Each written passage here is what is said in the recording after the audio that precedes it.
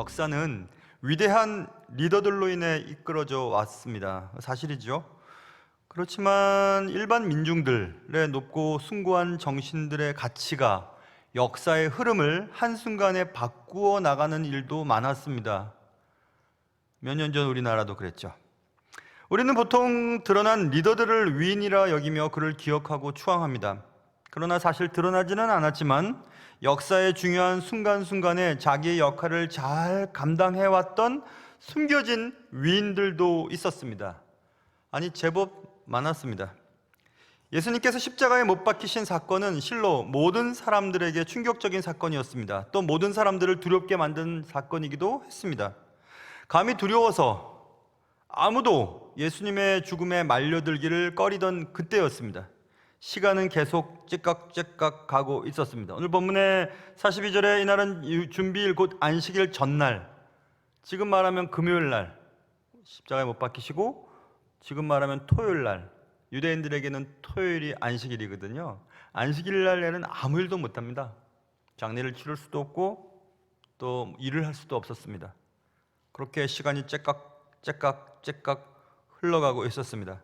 아무도 예수님의 시신을 거두어서 장례를 치르거나 그 밖에 일을 할 생각을 갖지 못하던 그때였습니다.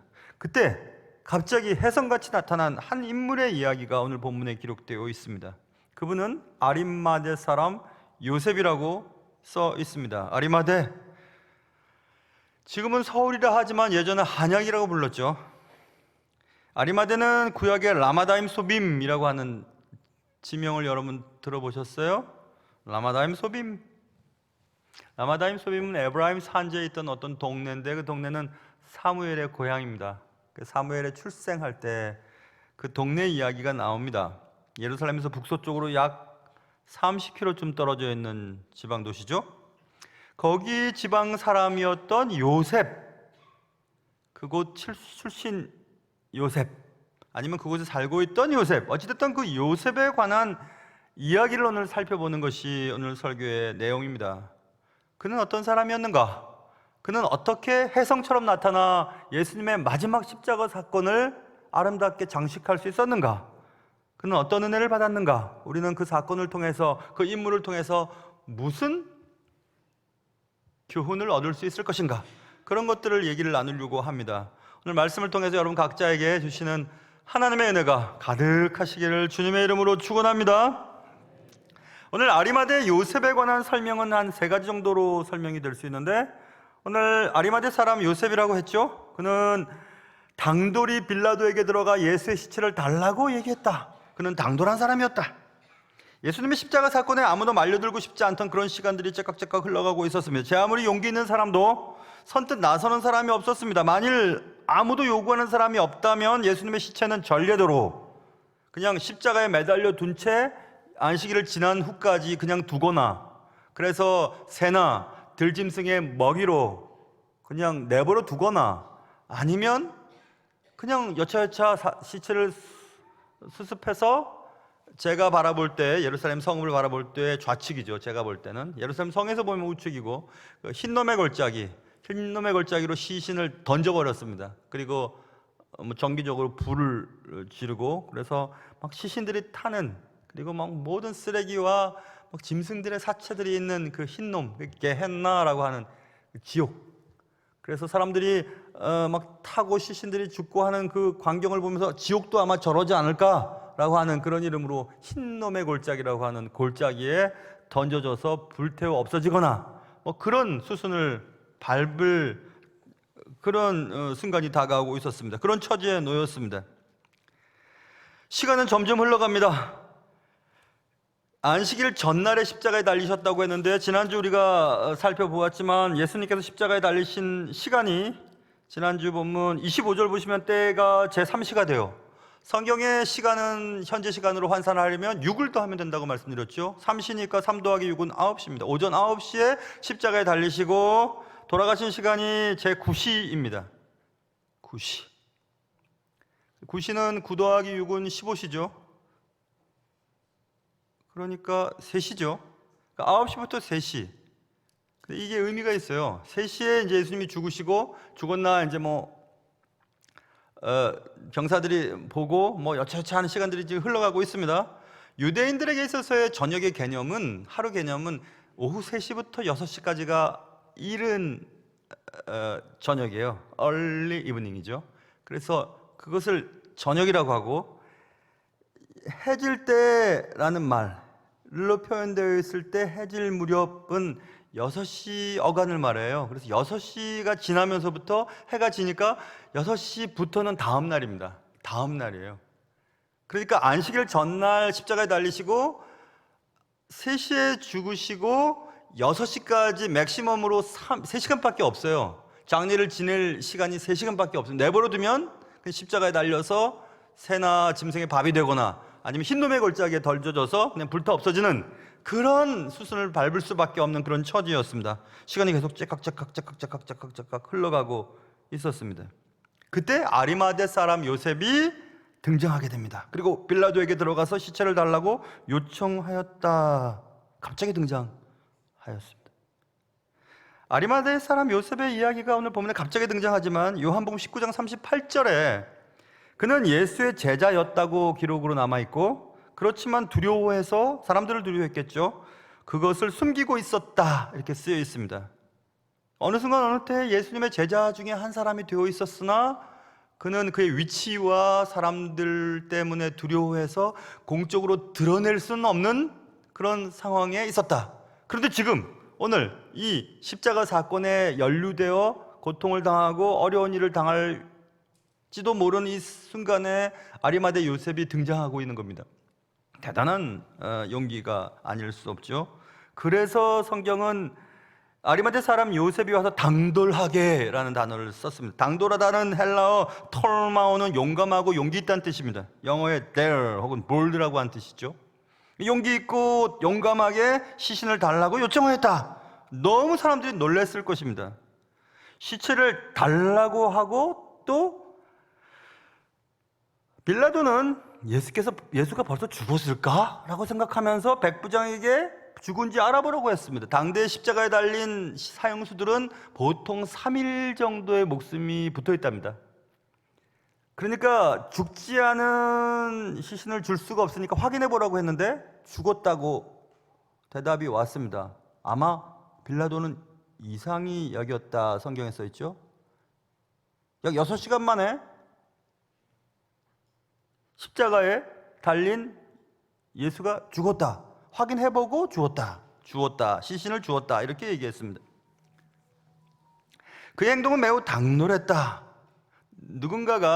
누군가에게 저 사람 참 대단해 라고 사람들이 얘기할 때 그가 누구나 할 수 있는 일을 마치 쉽게 하는 것을 보고 저 사람 정말 대단해 이렇게 말하죠. 그러므로 대단한 일을 하는 사람들은 평범한 사람들이 가진 마음과는 다른 마음을 가지고서 그런 행동들을 하는 것입니다. 아무에게도 없던 그 용기가 아리마대 요셉에게 어떻게 생겼을까? 물론 아리마대 요셉이 십자가에 못 박으라고 하는 공회 회의 때 누가복음 23장 51절에 보면 반대를 했습니다.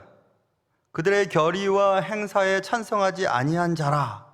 그는 유대인의 동네 아리마대 사람이요. 이렇게 쓰여 있습니다. 그러니까 음지에서 애를 쓴 것 같으나 이렇게 드러내놓고 양지에서 그가 예수님과 관계된 사람이라고 드러내기에는 그것과 다른 문제입니다. 그런 용기가 어디서 나왔을까? 그는 예수의 십자가 사건을 지켜보고 어떤 계기를 통해서 예수는 정말 하나님의 아들이다, 백부장의 고백처럼 진실로 그는 하나님의 아들이었었다라고 하는 말이 믿어졌던 것 같습니다. 그래서 여러분과 제가 교회를 다니지만 예수 그리스도의 십자가 사건이 개인적으로 이렇게 체험되지 않으면 우리는 드러내놓고 신앙생활을 하는 것을 힘들어합니다. 저도 직장생활을 할 때 예수를 믿는 것 같은데 믿는다는 얘기를 안 합니다. 직장에 혹시 손해보고 또 불이익을 당할까 봐 얘기를 안 하는 분들을 제가 많이 봤습니다.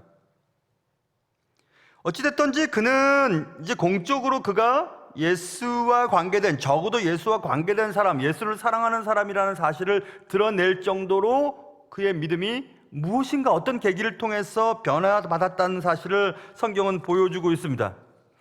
사랑하는 성도 여러분, 요즘 어떠세요? 여러분의 삶이 자꾸 움츠러들고 있지는 않습니까? 혹은 용기가 없어서 삶이 무너져 내리고 있는 소리를 듣고 계시지는 않습니까?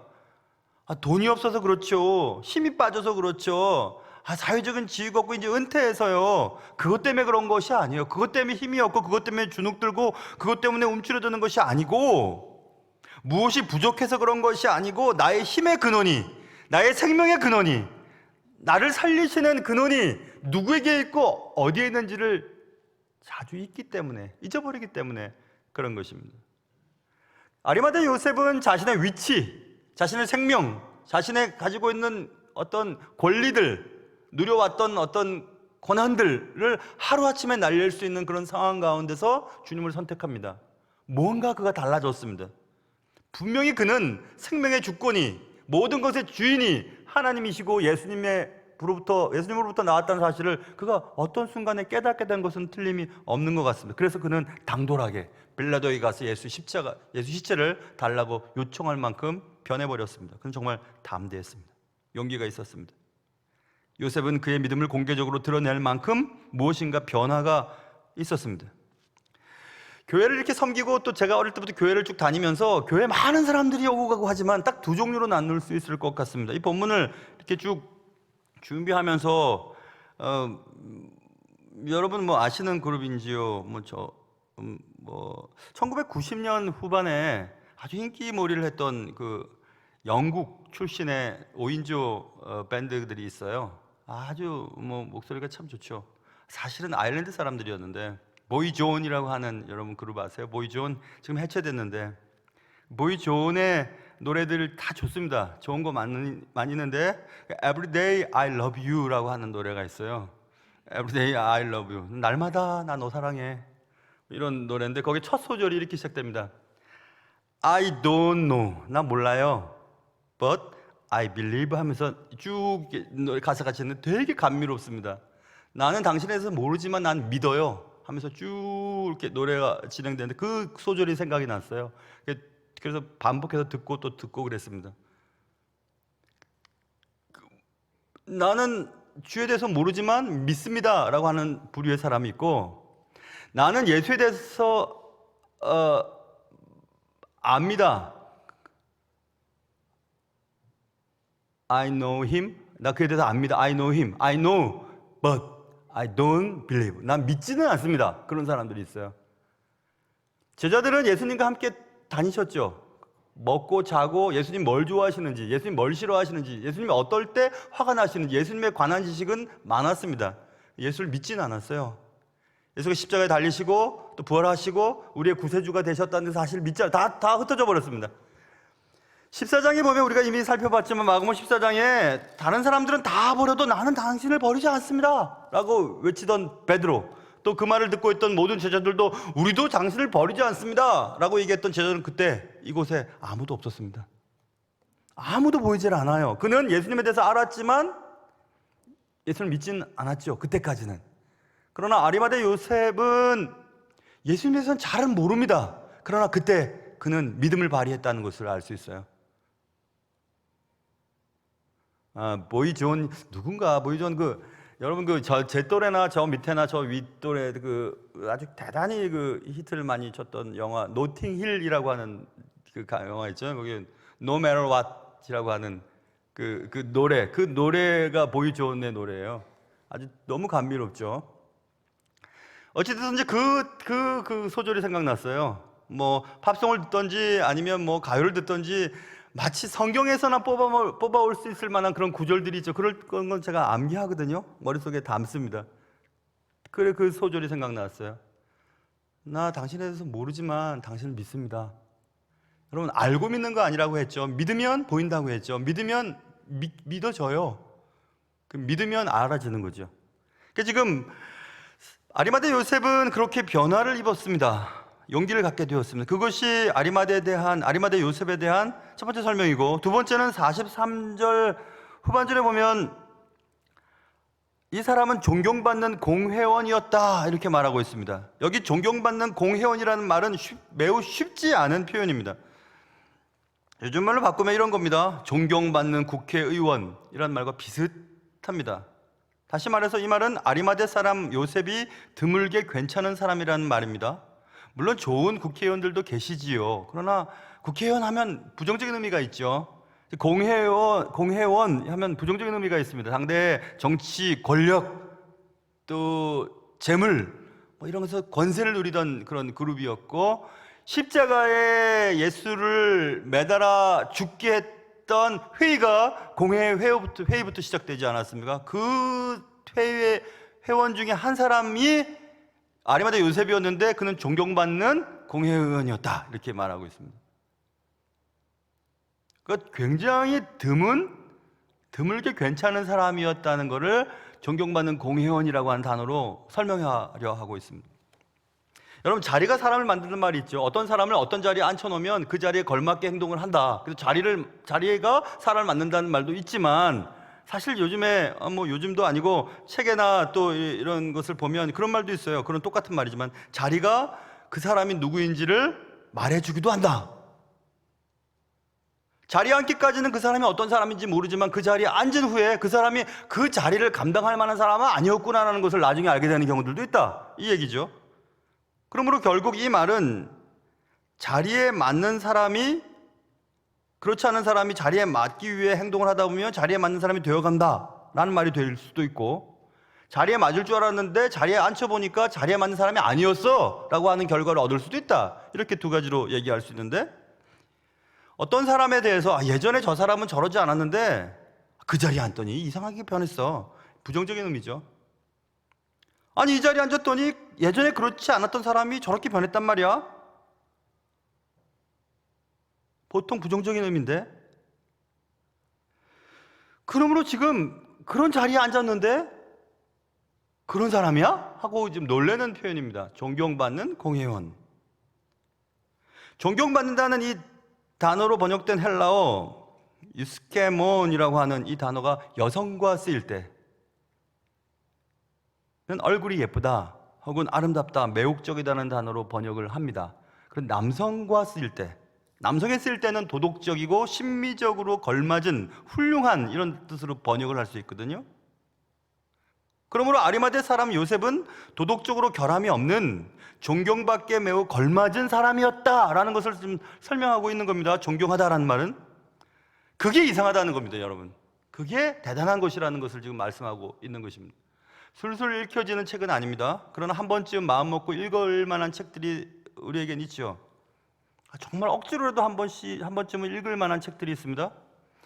20세기를 움직인 책들 가운데 하나로 여겨지는 책들 가운데 라인홀드 니버의 유명한 책이 있죠. 도덕적인 인간과 비도덕적인 사회라는 책이 있습니다. 도덕적인 인간인데 그 인간이 살고 있는 사회가 비도덕적일 때 도덕적인 인간이 어떻게 변하는가에 대한 얘기입니다. 그러니까 그 책의 내용은 이런 거죠. 개인적으로는 도덕적인 사람이라 할지라도 어떤 사회, 어떤 집단에 속하게 되면 집단적인 이기주의자로 변모한다라고 하는 큰 주제를 가지고 그 책을 서술해 냅니다. 그래서 그 부제가, 그 제목 밑에 부제가 A Study in Ethics and Politics라고 되어 있어요. 그럼 윤리와 정치에 관한 연구쯤으로 번역할 수 있죠. 윤리와 정치가 어떻게 연관이 될까? 그것은 개인과 집단의 도덕성의 차이가 현저하다는 얘기입니다. 쉽게 얘기하면 매우 정치적으로 전락되어 있던 공회원이라는 집단 내에서 매우 도덕적으로 훌륭함을 유지하고 있던 아리마대 요셉이 얼마나 대단한가, 그걸 지금 얘기하고 있는 거예요. 그러므로 아리마대 사람 요셉이 존경받는 공회원이었다는 사실은 저에게 안심을 가져다 주었어요. 그 저에게 소망을 가져다 주기에 충분했습니다. 지금부터 말하는 이런 사람들은 다 예수 믿는 사람이고 교회 다니는 사람들입니다. 그들의 입을 통해서 무슨 말을 하는지 들어보세요. 어떤 회사원이에요. 교회 다니는 사람이고요, 물론. 근데 그가 이렇게 얘기합니다. 술자리에 자주 가는 회사원이 얘기합니다. 아유, 회사 생활 하려면 다 그럴 수밖에 없었어요 라고 얘기합니다. 어떤 사업가가, 그리스도인 사업가의 크리스천 사업가가 이중회계장부를 쓰면서 이렇게 얘기합니다. 아니, 사업하려면 어쩔 수 없어. 다 그런 거예요. 사업하려면. 결혼 전 동거하는 어떤 청년들이 얘기합니다.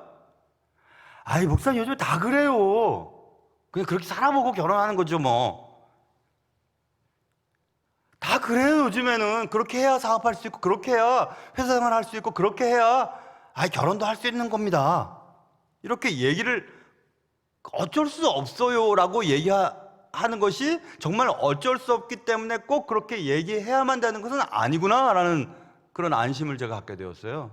왜냐하면 그렇지 않게 사는 사람도 있었으니까, 존경받는 공회원도 있었으니까, 도덕적으로 흠결이 없고 거룩한 삶을 살고 있던 매우 정치적이고 이익 집단 속에서 그렇게 살지 않은 개인이 존재하고 있었으니까 우리도 그런 사람이 되면 되겠구나, 이런 생각을 해보았습니다. 그러므로 우리는 어쩔 수 없었어요. 사업하려면 다 그런 거예요. 요즘엔 다 그렇게 살아요. 이렇게 말해서는 안 된다는 겁니다. 예수 믿는 사람은. 상황윤리보다 앞선 것이 무엇이죠? 상황윤리는 상황에 따라 정말 윤리가 바뀝니다. 시대에 따라서도 바뀌고. 그때는 죄였는데 지금은 죄가 아닌 것들이 많죠? 그런데 진리는 다르지 않습니다. 그래서 항상 진리의 말씀에 근거하여 내 판단 기준을 가지고 있어야지, 상황이 이랬으니까 요즘 다 그런데 요즘 시대가 어떤데요? 라고 말하면서 시대나 상황에 따라서 바뀐다면 하나님 앞에 섰을 때 뭐라고 말을 할 수 있을까? 우리의 삶의 척도와 내 가치 기준은 항상 말씀이 되어야 되는 것입니다. 언젠가 제가 말씀드렸죠. What would Jesus do? WWJD. 한참 미국 청년들이 그거 많이 주장했었습니다. 다시 한번 우리 생각해 봐야 할 것 같아요. 예수라면 어떻게 할 건가? 예수라면 어떻게 결정을 내리실 건가? 예수라면 이 순간에서 어떤 말을 하실 것인가? 어떻게 결정을 내리실 것인가? 그걸 항상 생각해야 되죠. 다른 사람 다 그러는데 뭐, 우리나라 다 그렇게 해. 사업하려면 그렇게 해야 돼요. 회사 생활은 보통 힘든 게 아닙니다. 이런 거 다 해야 되는 겁니다. 안 그래도 할 수 있습니다. 안 그래도 주님 먹여 살려주실 수 있으세요. 그리스도인 사업가가 말씀 중심 도덕적인 어떤 기준을 분명히 정하고 이중장부 적지 아니하고 거짓말하지 아니하고 성공하는 케이스가 없답니까? 있습니다. 그리스도인 청년들이 결혼 전에 순교를 지키고 결혼 당일날 하나님 앞에 기도하면서 그 아름다운 결혼의 시작을 하는 사람이 없습니까? 있습니다. 지금도. 그러니까 모든 사람이 다 그렇습니다. 요즘 다 그래요. 그렇게 말하는 것은 무책임한 행동입니다. 그렇기 때문에 도덕적인 인간이 비도덕적인 사회 속에서 영향을 받지만 그러나 지킬 것은 지켜야 하는 거죠. 이 책들 한번 읽어보세요. 되게 좋은 책이었던 것 같습니다. 오래전에 읽었지만. 아리마대 사람 요셉이 비도덕적인 집단 내에서도 여전히 훌륭한 도덕적인 품격을 유지할 수 있었던 것처럼 여러분과 저도 그런 은혜를 받고 살아갈 수 있는 그런 은혜가 있으시기를 주님의 이름으로 축원합니다. 그게 존경받는 공회원을 통해서 우리가 깨닫는 사실입니다. 또 다른 사실은 46절에 보면 요셉이 세마포를 사서 예수를 내려다가 그것으로 싸서 바위 속에 판 무덤에 넣어두고 돌을 굴려 무덤 문에 놓음에 라는 말씀을 통해서 아리마대 사람 요셉이 어떤 사람인지를 우리는 추측할 수 있습니다. 아리마대 사람 요셉이 세마포를 샀다라고 분명히 표현하고 있죠. 공회원이었던 아리마대 요셉, 다른 성경에 보면 부자였다고 써있는데 이 아리마대 요셉에게 세마포가 없었을까요? 없어서 샀을까요? 린넨이 없으면 여러분 집에 없으세요? 웬만한 집 다 있지요. 이 아리마대 사람 요셉에게도 있었을 겁니다. 그런데 샀다고 써 있어요. 세마포를 샀다, 새로 샀다. 왜 샀지요? 새로 산 세마포로 예수님을 싸기 위해서. 예수님을 그렇게 사랑했구나. 그리고 예수님을 십자가에 내려다가 새로 산 세마포로 싸고 세마포로 싼 예수님의 시신을 바위 속에 있는 무덤에 넣었다. 그리고 돌을 굴려 무덤 문에 놓았다. 바위 속에 판 무덤은 자신을 위한 것이었다라고 우리는 설교를 듣고 어릴 때도 많은 설교를 들었고 목사님들 그 설교를 하셨죠. 왜냐하면 마태복음 27장 60절에 자기 새 무덤에 넣었다는 그 구절 때문입니다. 자기 새 무덤. 그럼 자기를 위한 새 무덤인가? 그냥 단지 자기의 새 무덤은 his own, 자기 소유의 무덤이라는 뜻이에요. 자기 소유의 무덤이니까 자기가 그 죽은 후에 그곳에 들어갈 것으로 해석도 되고 자기 소유권이 자기에게 있는 무덤이란 얘기죠. 그러면 우리가 추측이 가능해요. 자, 보세요. 안식일 전날, 그러니까 금요일 날 모세 박히시고 지금 오후 3시, 어쩌저쩌 하면 3시간 넘었겠죠. 그리고 6시까지는 맥시멈 3시간 남아 있습니다. 그 3시간 동안 장례를 치러야 해요. 치러야 하면 그 골고다 언덕, 사형 틀이 있는 그 언덕에 매우 가까운 곳에 이 무덤이 존재했다는 것을 알 수 있죠. 그런데 부자였고 공회의원이었고 존경받는 이 사람이 굳이 골고다 언덕, 해골들이 모여있고 그렇게 사형장과 가까운 곳에 무덤을 자기를 위해서 준비했을 리는 없습니다. 최근 신학자들은 그렇게 얘기해요. 지금도 역시 미래를 바라보고 새로운 재창조의 새로운 메시아의 도래와 또 새로운 창조를 기대하면서 예루살렘 그 성전이 있는 그 동네 근처에 유지들과 부자들이 무덤을 마련하긴 합니다. 그런데 그때는 이 흰놈의 골짜기 옆에는 또 다른 골짜기가 있죠. 기드론 골짜기. 기드론 골짜기를 건너서 있는 동산이 있어요. 그 동산이 감람산이에요. 감람산 동산. 예수님의 올리브 나무, 예수님께서 성전을 보시고 기도하던 그쪽부터 무덤이 많아요. 지금도 그래요. 성전에 가보면, 성지에 가보시면. 그러니까 아리마대 요셉이 사형 틀에서 매우 가까운 곳에 무덤을, 자기 무덤을 자기가 들어갈 무덤이라기보다는 예수님의 장례를 준비하기 위해서 이미 산 무덤인 것을 알 수 있어요. 어찌됐든지 아무튼 그의 소유된 무덤에 새로 산 세마포를 예수님을 싸서 거기에 묻었다, 이렇게 성경은 말씀하고 있죠. 결국 이 아리마대 사람 요셉의 이 행위는 아리마대 사람 요셉이 주님을 위해서 얼마나 준비하고 최선을 다해서 예수님의 장례를 수행했는가, 거기에 대한 초점이 있습니다. 결국 돈이 있는 곳에 마음이 있다고 얘기합니다. 아리마대 사람 요셉은 자신의 귀한 돈을 그리고 자신의 소중한 것들을 주를 위해 드렸다, 이쯤으로 이해하면 될 것 같습니다. 돈이 있는 곳에 마음이 있다고 했으니, 돈을 쓴 곳에 마음이 있으니 돈을 어디다 썼는가? 예수님을 위해 썼으니까 아리마대 사람 요셉의 마음에는 예수님이 계셨구나, 이렇게 알 수 있습니다. 또 한번 그 순간으로 한번 가보세요, 여러분. 맥시멈 한 3시간 정도 남았는데 아리마대 사람 요셉이 예수의 시신을 달라고 빌라도의 총독 관저로 가죠. 사형 집행하고 있는 곳에 빌라도가 있었을 리 없고 빌라도의 관저에 가서 예수의 시신을 달라고 얘기를 할 동안 시간이 흐르고 있습니다. 착각 흐르고 있습니다. 그러면 그 사실을 모른 채 로마의 군병들과 의뢰에 있는 사람들이 예수의 시신을 갖다 버릴 수도 있죠. 그래서 숨겨진 영웅이 또 하나 있습니다. 오늘 본문에는 쓰여있지 않으나 요한복음 19장에 보면, 요한복음 19장 39절에 니고데모도 몰약과 침향 섞은 것을 100리트라쯤 가지고 왔다, 이렇게 써 있어요.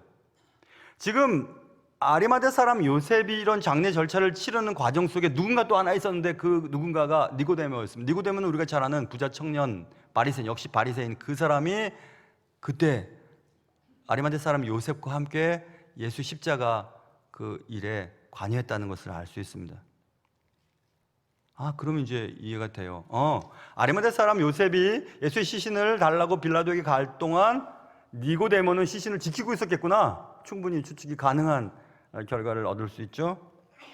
그리고 또 니고데모가 가지고 온 몰약과 침량 섞은 것 100리트라쯤, 중량을 분명히 기록해 놓고 있는데 100리트라, 현재 중량으로換算하면 34kg쯤 됩니다. 34kg쯤 되는 몰약과 침향 섞은 것을 가지고 왔다라는 것을 굳이 써놓은 이유는 100리트라라고 하는 중량 단위가 중요하기 때문에 그래요. 굳이 34kg 갖고 왔어, 그게 뭐 중요합니까? 근데 100리트라라고 하는 얘기를 썼을 때 마가복음의 독자들은 그래? 니고데모 그랬단 말이야? 금방 알아들어요. 왜냐하면 100리트라는 왕의 장례식 때에 쓸만한 중량의 향료예요. 그렇다면 니고데모는 예수님을 왕으로 믿었구나. 예수를 나의 왕, 나의 주로 알고 있었구나라는 것쯤으로 추측이 가능하죠. 대충 해, 뭐 좀 적당하게 좀 해라. 그렇게까지 유별나게 할 필요가 있냐? 굳이 그 돈 헌금 다 드릴 필요 있어? 몇 년 동안 그 적금 들어가지고 뭐 그냥 그 해외여행 다니지. 그거 꼭 그렇게 뭐 선교한다고 그렇게 드릴 필요 있어? 그러지 마. 적당하게 좀 해. 왜 그렇게 유별나게 그러냐? 주일 예배 한 번 드리면 되지. 뭐 오후 예배 드린다고 새벽 예배 이렇게 뻔질나게 가냐? 뭐 이렇게 얘기를 합니다. 그럴 수 있죠. 저희 교회에서 같이 사역하다가 이제 다른 교회로 이렇게 가시고 그런 분들 보면은 마치 뭐 여자 사역자면 딸 시집 보낸 것 같고 아들이면 동생이나 아들 뭐 어디 보낸 것 같고 그런 마음이 있어요. 저는 몇 년 전 같이 오랫동안 사역했던 우리 김진아 전도사가 그 남편이 목사님이잖아요. 그래서 저쪽에 여수로 이제 부임제가 결정이 되면서 여기 저희 교회 사임하고 이제 여수 갔죠. 간 뒤에 아직 잘 지내고 있나 이게 보고 싶은 거예요. 친정 아버지 마음처럼 한번 가겠다고 하고 몇 년 전에 가겠다고 이제 연락을 했죠. 가겠다. 목사님 차 몰고 오기 너무 멀어요. 근데 갈게. 근데 간다고 해놓고 보니까 진짜 멀더라고요. 여수까지. 어떡할까 하다가 가는 동선에 제 친구 전남 장성 사거리 중앙교회 담임이 제 친구 목사인데 10여 년 전에 우리 교회 뭐 거기 그 내장산 단풍 구경하러 간다고 거기서 같이 묵었다가 새벽에 막 단풍 구경하고 그랬던 거 기억나시죠? 초창기 교인들. 그래서 이제 거기 들렀다 가야지 생각하고 아내와 같이 차를 몰고 갔습니다. 그래서 이제 친구랑 도란도란 친구 부인과 사모님과 같이 얘기 이렇게 막 하다가 밤에 이제 여기서 주무시면 된다고 해서 그 방에 들어갔어요. 자다 보니까 마치 새로 산 그 네이 이게 보면 이거 막 이게 그 가격표 같은 게 안 띄워지면 막 뭐 꺼끌꺼끌 하잖아요. 자다 보니까 그 꺼끌꺼끌 해요. 보니까는 이불, 베개 다 새로 샀더라고요. 그날 저희 때문에. 그리고 베개 밑에 계피 이렇게 딱 계피 나무 딱 넣어놓고 그래야 잠이 잘 온다나 뭐 그래가지고 해놓고 감동받았죠. 여러분 시골 교회 뭐 이부자리가 없어서 그거 샀겠습니까? 생각해 보세요. 이불도 많고 뭐 본인 자녀들도 많으니까 이불도 많죠. 근데 친구 목사 온다니까 서울에서 온다니까 그거 그냥 장에 가가지고 그거 이렇게 사가지고 그렇게 하려면은 가격표나 좀 뛰지. 가격표 그거 있어가지고 근데 제가 그 감동 먹었다니까요. 그때 제 아내랑 우리 하룻밤 자고 가는데 이거 이렇게 새 거 사가지고 이렇게 해놨나. 제가 말은 안 했지만 나중에 서울 와서 우리 집에서 자면 우리도 새 거 해놔야겠다. 침대까지 새로 사야지 뭐 생각해. 감동이죠, 여러분. 아리마대 사람 요셉이 그랬다는 겁니다. 자기 집에 무슨 세마포가 없었겠어요. 있지. 주를 위해 새 거 사고 싶었던 거예요. 주를 위해 새로 산 무덤에 모시고 싶었던 거예요. 시간이 얼마 없으니까 빨리 사형틀에서 예수님이 시신 가져다가 제대로 한번 장례하고 싶었던 겁니다. 니고데모도 왕처럼 한번 주님을 모셔드리고 싶었던 거죠. 사람도 감동하는데 하나님 감동 안 하시겠어요? 우리 쓸 거 안 쓰고 주를 위해 드린 거 주님 기억 안 하시겠습니까? 하나님 내가 먹기도 힘든 거 주를 위해 드립니다. 그런 거 모르시겠어요, 주님? 다 아십니다. 주님을 위해서라면 아무것도 아까운 것이 없었던 아리마대 요셉과 같이 주를 위해 값진 것을 드림으로 주님을 감동케 하는 여러분과 저의 인생 될 수 있기를 주님의 이름으로 축원합니다. 이상을 통해서 아리마대 사람 요셉이 어떤 사람인지는 우리 대충 파악됐습니다. 그는 용감한 사람이었고 존경받는 공회원이었고 보기 드물게 말입니다. 주님을 위해서라면 아무것도 아까운 것이 없었던 그런 사람임을 알게 되었습니다. 그렇다고 해도 어떻게 그가 그런 어려운 상황 속에서 그런 용기를 낼 수 있었을까? 그리고 수천 년이 지난 오늘도 그에 관하여 이렇게 담대하게 얘기할 수 있게 되었을까? 지금까지 우리는 아리마대 사람 요셉이 갖고 있었던 장점에 대하여 살펴보았습니다. 그럼에도 불구하고 우리가 놓치지 말아야 할 것이 하나 남아있는데 그것은 오늘 본문 43절에서 당돌하다라는 말이 있고 존경받는 공회원이라는 말이 있죠. 그 다음 하나님의 나라를 기다리는 자라. 이것 때문에 그랬구나. 제가 깨달았어요. 그렇구나. 아리마대 사람 요셉의 관심은 지금 이 땅, 내가 살고 있는 이 땅이 아니라 앞으로 가게 될 그 나라, 하나님의 완전한 통치가 있는 그 나라를 기다리는 사람이 되어 있었다라는 것입니다. 그래서 이 땅에서의 권리나 이 땅에서 좋은 음식이나 나의 지위나 재물, 사라질 것들, 그것이 아니라 앞으로 영원토록 살게 될 그날을 기다리는 그런 사람이었기 때문에 예수와 관련을 맺어서 불이익을 당하게 될 것을 두려워하지 아니하고 빌라도에게 나갔고, 또 자기에게 소중한 것들을 아낌없이 드릴 수 있었던 그런 사람이었다는 것을 알 수 있습니다. 하나님의 나라를 기다리는 자, 이것은 아리마대 요셉의 삶에 굉장히 중요한 가치 판단의 기준이었음을 알 수 있습니다. 미국의 시카고에서 남서쪽으로 쭉 가면 람바드라고 하는 어떤 동네가 있는데, 그 람바드 버터필드라고 하는 도로를 지나서 쭉 좀 더 가면 그 유명한 휘튼 대학이 있어요. 휘튼 대학은 우리가 잘 아는 빌리 그레함, 또 뭐 필립 얀시를 비롯해서 대단한 기독교 인물들을 배출한 학교입니다. 대단합니다. 거기에 휘튼 대학 안에 빌리 그레함 기념관도 있는데, 그 기념관에 보면 휘튼 대학 출신들의 막 이야기들이 있어요. 그 중에 여러분 들어보신 선교사님이 있어요. 그 짐 엘리엇이라고 하는 선교사님의 이야기 여러분 들어보셨죠? 엘콰도르에 가셔서 선교하시다가 아주 제일 포악한 아우카족이라고 하는 그 선교하러 들어갔다가 도끼 창으로 돌아가신 선교사님에 대한 이야기죠. 휘튼 대학 출신이에요. 근데 죽고 나서 시신을 수습할 때 그의 주머니와 그가 총을 다 있었어요. 총이. 근데 쏘지 않았어요. 자신이 선교할 대상을 위해 총을 쏘지 않았습니다. 그리고 죽임을 당해요. 그로부터 그의 아내가 다시 아카족에 선교하러 갔고, 그 자신의 남편을 죽인 그 사람을 전도해서 그곳에 복음이 들어가게 되죠. 그 얘기가 휘튼 대학에 기록되어 있습니다. 짐 엘리엇의 유명한 말 여러분 기억하세요? 영원한 것을 얻고자 영원할 수 없는 것을 버리는 자는 바보가 아니다.